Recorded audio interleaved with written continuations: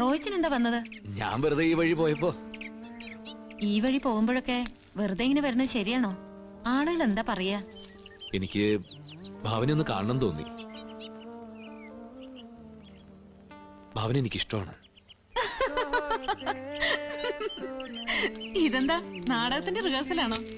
എന്താ ചിരിക്കണേ? പിന്നെ ചിരിക്കാതെ എന്ത് ചെയ്യും? ചില പൈങ്കിളി നോവലൊക്കെ കണ്ടിട്ടുണ്ട്. പണക്കാരനായ തിരുമുറ്റത്ത് കൊച്ചുതോമന്റെ മകൻ റോയിച്ചൻ ഒരു പാവപ്പെട്ട മണ്ണാത്തി പെണ്ണിനോട് ഇതുപോലെ. മതി കളിയാക്കിയത്. ഭാവനയ്ക്ക് എന്നെ വെറുപ്പാണെങ്കിൽ അത് പറഞ്ഞാൽ മതി. വെറുപ്പൊന്നുമില്ല, സഹതാപം. ഒന്നും ആലോചിക്കാണ്ട് ഈ റോഡ് വക്കത്തൊക്കെ നിന്ന് കമന്റ് അടിക്കുന്ന ചെക്കന്മാര് പറയണ പോലെ. റോഡ് വക്കത്ത് നിൽക്കണ ചെക്കനല്ല ഞാൻ. ഒന്നും ആലോചിക്കാണ്ടുമല്ല പറയണത്. ദിവസങ്ങളോളം ആലോചിച്ചതാ.